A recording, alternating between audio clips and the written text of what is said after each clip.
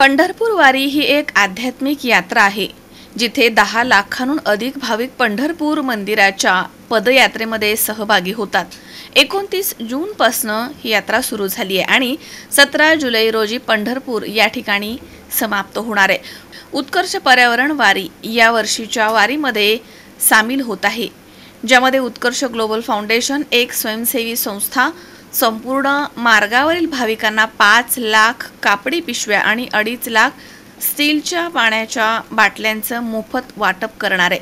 ही मोहीम Utkarsh say no to single use plastic या मोहिमेचा एक भाग आहे, जी सध्या 5 राज्यांमध्ये सुरू आहे। उत्कर्ष देहू संस्थान, आळंदी संस्थान, सासवड, बारामती, फलटण, इंदापूर आणि पंढरपूर इथे हे स्टॉल्स लावण्यात येत आहेत। 29 जून रोजी उत्कर्षनं पंढरपूर वारीच्या भक्तांना 50,000 कापडी पिशव्या आणि 50,000 स्टीलच्या बाटल्या यांचं वाटप करून महाराष्ट्रामधील देहू इथे मोहीम सुरू केली। 30 जून 2024 रोजी उत्कर्षनं आळंदी संस्थानमध्ये पोहोचून या ठिकाणी 50,000 कापडी पिशव्या आणि 50,000 स्टीलच्या पाण्याच्या बाटल्या भक्तांना वाटल्या आहेत।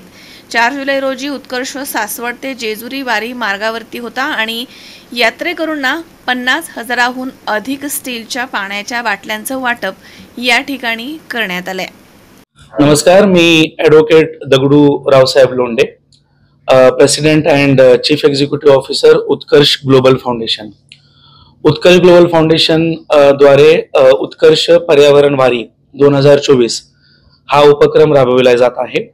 ह्या उत्कर्ष पर्यावरण वारीचा उद्देश हा एकमेव आहे की जे सिंगल यूज प्लास्टिकमुळे होणारे जे प्रदूषण आहे ते वारीमधून जे आहे ते अलिप्त व्हावं आणि त्याच्यासाठी 5 लाख कापडी पिशव्या आणि 2.5 लाख स्टील वॉटर बॉटलचं जे डिस्ट्रीब्युशन आहे ते आम्ही फ्री ऑफ कॉस्ट वारकऱ्यांमध्ये करत आहोत। 28-29 जून पासून हा कार्यक्रम सुरू झालेला आहे आणि ह्याची सांगता जी आहे 17 जुलै 2024 ला पंढरपूर येथे होणार आहे आणि पंढरपूरमध्ये 2.5 लाख कापडी पिशव्या आणि 1 लाख स्टील वॉटर बॉटलचं डिस्ट्रीब्युशन आम्ही करणार आहोत।